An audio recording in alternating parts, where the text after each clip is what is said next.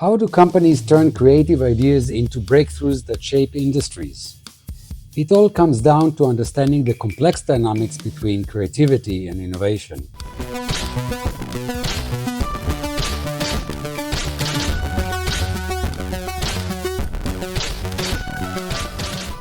Creativity and innovation aren't just buzzwords. They're essential for any organization striving to lead in its market. But here's the challenge. Creativity alone doesn't lead to innovation. So what exactly transforms creative ideas into real-world innovation? And why is this dynamic so crucial for executives to understand? A week or so ago, while sitting at a coffee shop, I overheard an intriguing conversation between two individuals who seemed to be managers discussing ways to encourage innovation in the workplace. One of them mentioned being quite strict with team ideas, focusing heavily on their proven success and profitability. Listening to this, I couldn't help but wonder if he was stifling his team's creativity by demanding instant proof of profitability. This approach raised concerns about whether it truly supports creativity and innovation in a meaningful way. Here's where Teresa Amabile's Componential theory provides valuable insights.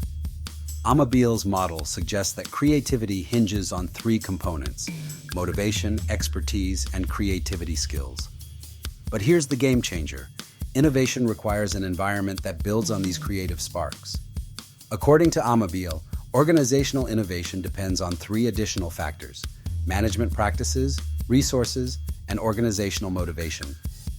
This model shows that while individual creativity is the starting point, turning it into actionable innovation requires an organizational framework that actively supports it. In practice, companies that nurture these factors succeed in transforming ideas into innovations that drive growth. Think of organizations like 3M or Google. They don't just attract creative talent. They invest in a supportive culture, provide the necessary resources, and implement management practices that encourage experimentation. This creates a setting where creativity can actually lead to innovation. Amabile continued to refine and expand on this theory. But for me, it effectively illustrates how the environment shaped by a company's executives and managers directly influences the likelihood of workplace creativity. If they fall short in this area, it's unlikely that their employees will feel encouraged to be creative. Let's put this into perspective with a real-world example. Imagine a tech company with a team full of creative designers and engineers. They come up with amazing ideas, but there's little time or budget allocated to test them. Additionally, management focuses on minimizing risks rather than encouraging innovation. In such an environment, creativity stalls because there's no bridge to innovation. In contrast, in a supportive environment where resources are available and risk-taking is encouraged, that same tech team might turn their ideas into the next industry-defining product. Amabile's theory highlights this gap and shows executives what's needed to close it. To move from ideas to impactful products, leaders must align management practices, allocate resources wisely, and foster a culture that truly values innovation. This isn't just theory, it's a practical roadmap for achieving lasting success. For executives, understanding this relationship is crucial.